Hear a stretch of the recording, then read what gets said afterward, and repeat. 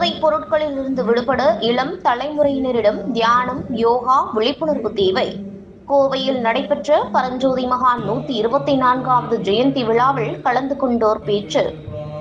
கோவையில் குண்டலினி யோகா மூலகுரு தத்துவ தவஞானி ஞானவள்ளல் பரஞ்சோதி மகான் 124வது ஜெயந்தி ஞானியர் தின விழாவாக வெகு விமர்சையாக நடைபெற்றது. உலக சமாதான ஆலய நிறுவனர் பரஞ்சோதி மகான் 124வது ஜெயந்தி விழா ஞானியர் தின விழாவாக கோவை காலப்பட்டி சாலையில் உள்ள சுகுணா ஆடிட்டோரிய அரங்கில் நடைபெற்றது. நிகழ்ச்சியில் முன்னதாக உலக அமைதி வேண்டி மௌனம் அனுஷ்டிக்கப்பட்டது.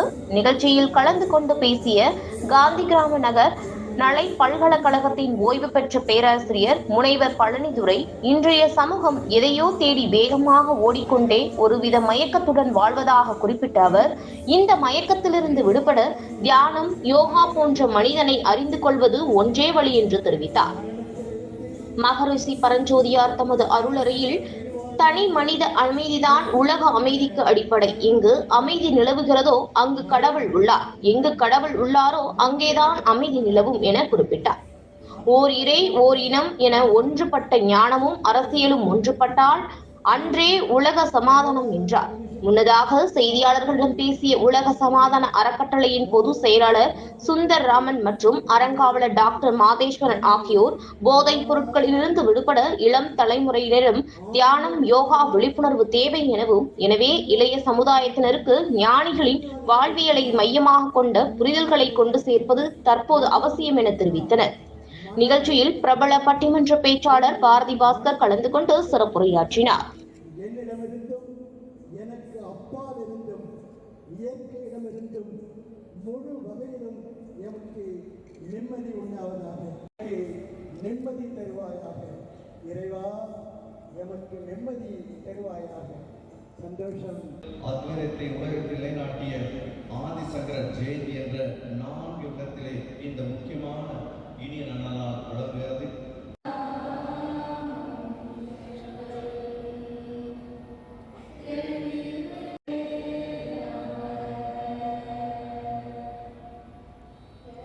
சக்தியை குருவாக போற்றி வணங்குகின்றோம் என்ற அர்த்தத்தை உள்ளடக்கிய குரு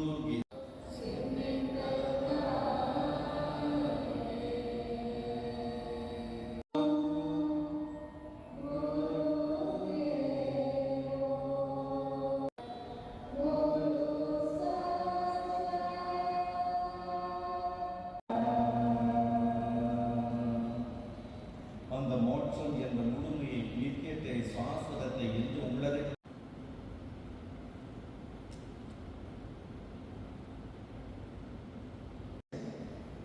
தொடர்ந்து தேசிய கீதமும் தமிழ் தாய் வாழ்த்தும் தொடரும். குருவான் அவர்களின் ஆசியுடன் எல்லோருக்கும் எனது காலை வணக்கங்களை செலுத்திக் கொண்டு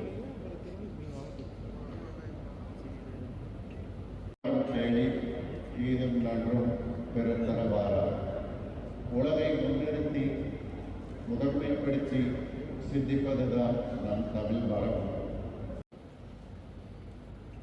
அவர்களைப் போல் நம்மால் பேச இயலாது.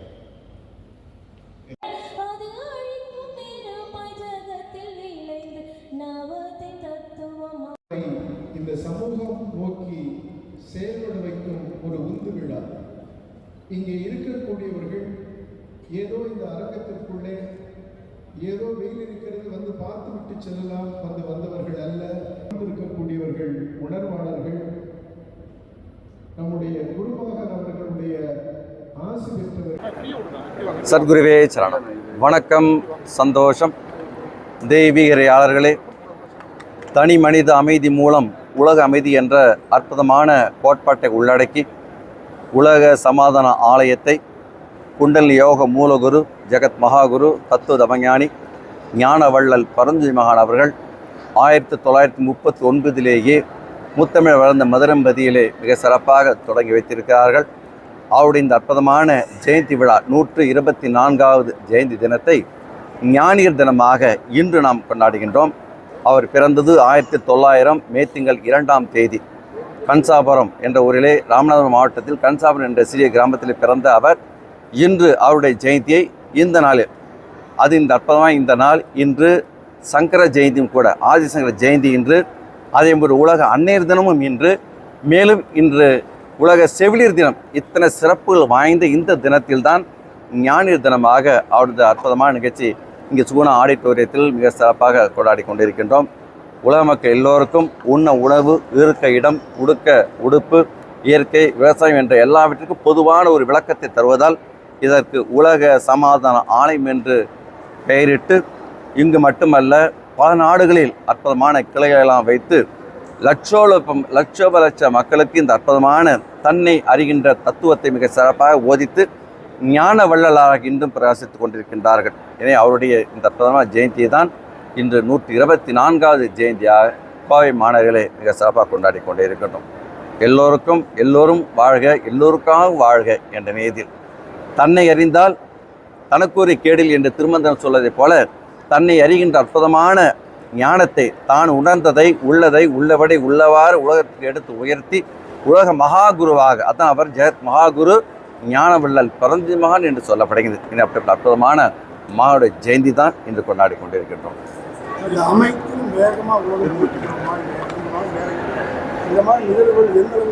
ஆமாம், அதாவது ஒவ்வொருவரும் தன்னை உணர்ந்தானாகில், தான் யார் என்பது முழுமையாக உணர்ந்தானாகில் எந்த பிரிவினையும் இல்லை.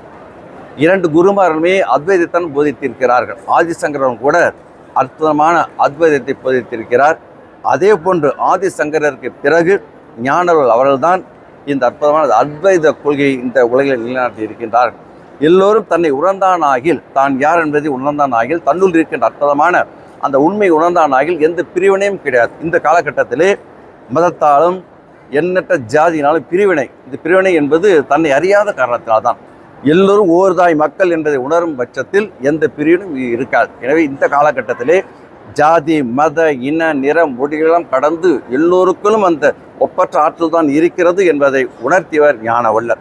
அதை உணரும் பொழுது இந்த உலகில் எந்த விதமான சண்டையே இருக்காது. போரில்லாத உலகை நாம் நிச்சயம் காண்போம் எப்பொழுது தன்னை உணரும் பட்சத்தில். அப்படிப்பட்ட தன்னை உணர்கின்ற அற்புதமான ஞானத்தை தான் ஞானவள்ளர்கள் போதித்திருக்கின்றார்கள். உலகம் பூரா இருக்கின்றது. ரஷ்யா, ருத்திசியாவை தவிர மற்ற எல்லா நாடுகளுக்கும் மகானவர்கள் சென்று நம்மளுக்கு லட்ச சீடர்கள் இருக்கின்றார்கள் உலகளவில். இன்று சொல்லப்பட அவருடைய ஜெயந்தி மற்றும் சொல்ல 4 பெரும் விழா. ஒன்று அவருடைய ஜெயந்தி, இன்னொன்று ஞானியர் தினம் என்று கொண்டாடுகின்றோம். அதே மாதிரி அன்னையர் தினம், அப்புறம் உலக செவிலியர் தினம், தாய்க்கு நிகராக அல்லவா என்று 4 விதமான விழாக்கள் இந்த அரங்கிலே இன்று அரங்கேறி இருக்கின்றது.